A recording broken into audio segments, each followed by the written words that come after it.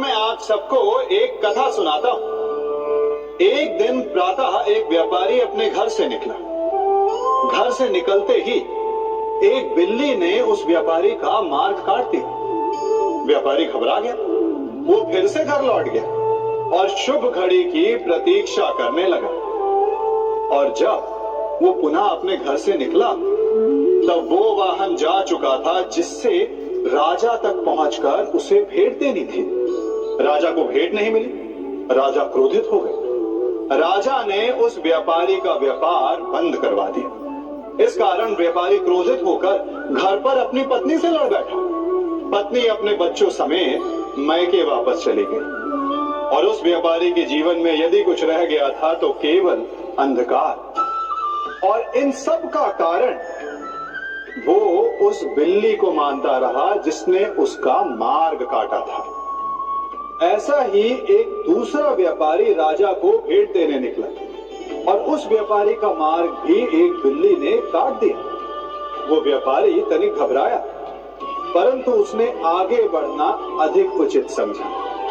राजा तक वो समय पर पहुंचा। उसने राजा को भेंट दी। राजा प्रसन्न हुए और राजा ने व्यापारी को अपना व्यापार बढ़ाने की अनुमति दी, स्वर्ण आभूषण दी। जब व्यापारी घर पर पहुंचा तो पत्नी को आभूषण और अपने बच्चों को देने के लिए वस्त्र थे उसके पास। हर ओर प्रसन्नता थी। समझ रहे हैं ना? दोनों के साथ एक ही प्रकार की घटना हुई, परंतु दोनों की प्रतिक्रिया भिन्न थी।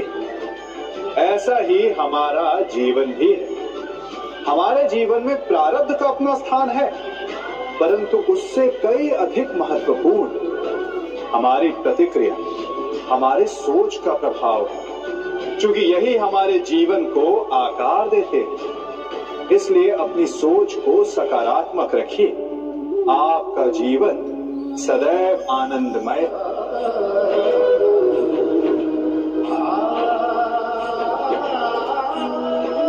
हम सभी अपने जीवन में कोई ना कोई कार्य करते हैं।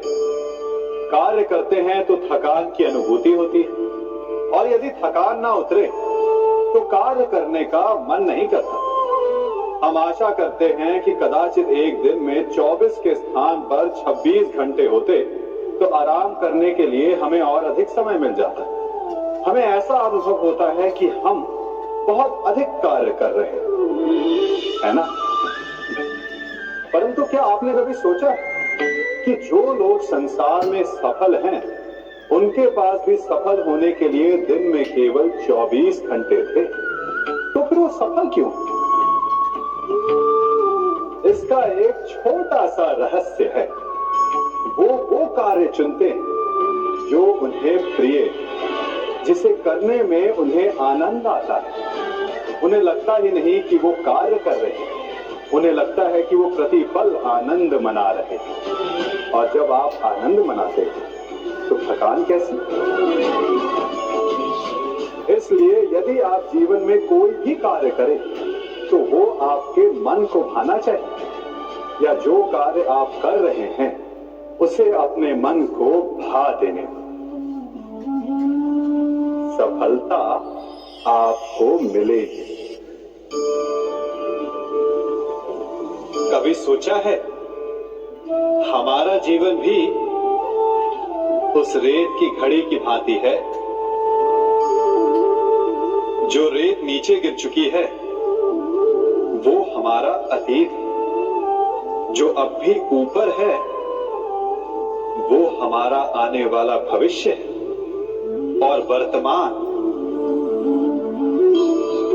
ये संकुचित स्थल है जहां से धीरे धीरे करके रेत गिर रही है।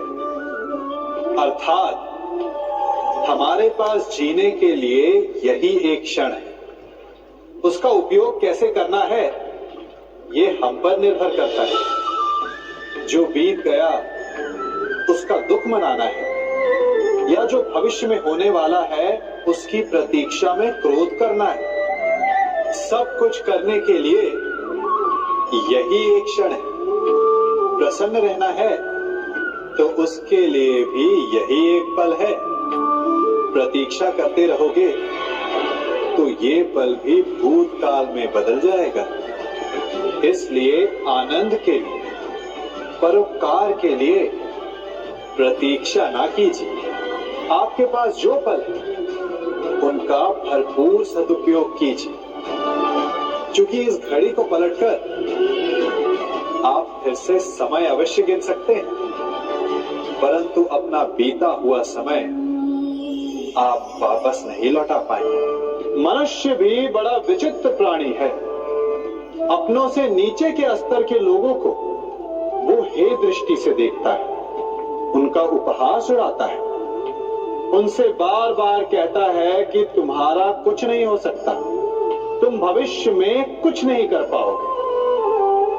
जब मनुष्य के पास धन, संपत्ति, मान होता है तो वो दूसरों का आदर नहीं करता, परंतु वो एक बात भूल जाता है कि उससे भी अधिक शक्तिशाली कोई अस्तित्व में है, और वो है समय। काल काल अपना चक्र कब बदलेगा ये कोई नहीं जानता।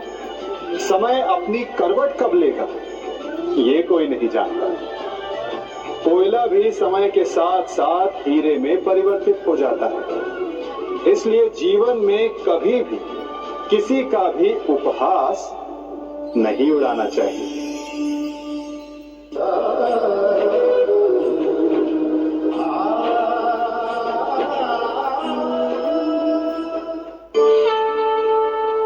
गर्व, अभिमान और अहंकार, ये तीनों सुनने में एक जैसे लगते हैं, परंतु तीनों का अर्थ भिन्न होता है और परिणाम भी। तीनों का आरंभ प्रेम से होता है। स्वयं से प्रेम, परिश्रम हमारे मन में गर्व को जन्म देता है और सफलता अभिमान जगाती है। यहां तक ठीक है, परंतु जब ये भावना अहंकार बन जाती है तब वो समस्या बन जाती है, क्योंकि सबसे बुरा अंत अहंकारी का ही होता है। परंतु मनुष्य के लिए पहेली यही है कि पहचाना कैसे जाए कि अहंकार जग गया और उसका दमन आवश्यक है। इसका उत्तर मैं नहीं, आपका मन देगा। जब तक आप स्वयं से प्रसन्न हैं, जब तक आप सबसे ऊंचा उठने का प्रयास कर रहे हैं, तब तक ठीक है। परंतु जब आपके मन में दूसरों को नीचा समझने का भाव आ जाए तो सावधान हो जाइए, क्योंकि यही अहंकार है जो वास्तव में आपको हीन कर रहा है।